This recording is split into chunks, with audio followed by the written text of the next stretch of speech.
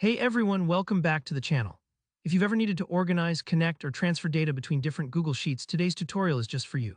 By the end of this video, you'll know exactly how to use the Sheetgo add-on, a powerful tool that lets you move your information around in Google Sheets without all the manual copy-pasting. Whether you're a business user managing workflows or a student keeping your projects in sync, this simple walkthrough will upgrade your Google Sheets game. Let's jump right in and set up Sheetgo. First things first, to use Sheetgo, you'll need to install it as an add-on inside Google Sheets. Open up your Google Sheet, then go up to the top menu bar, click on Extensions, then hover over Add-ons and choose Get Add-ons. This opens up the Google Workspace Marketplace.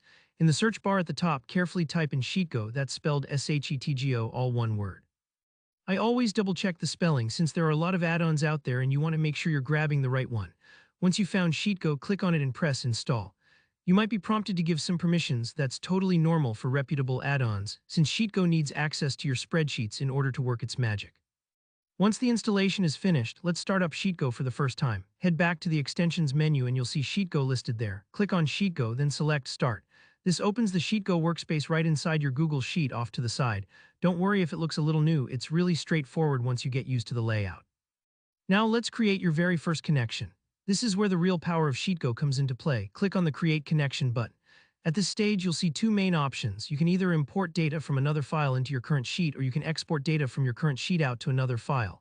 Since most people start by bringing data in, we'll go with the import option. After choosing to import, Sheetgo will ask what kind of data source you want to use.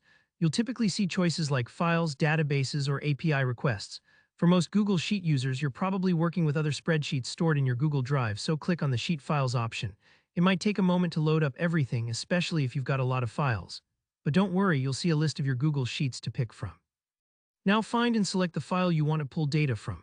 Imagine you've got a sales report in one sheet and you want that data to show up in your master dashboard. This is exactly how you do it.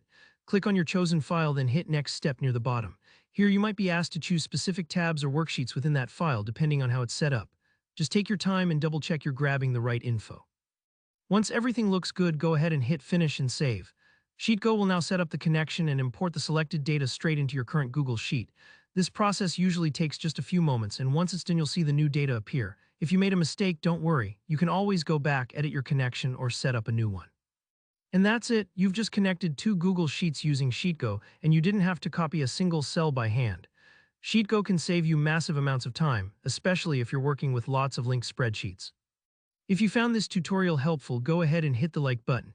Drop any questions or tips in the comments. I'm always here to help. And if you want more easy-to-follow tutorials like this, don't forget to subscribe. Thanks for watching, and I'll see you in the next one.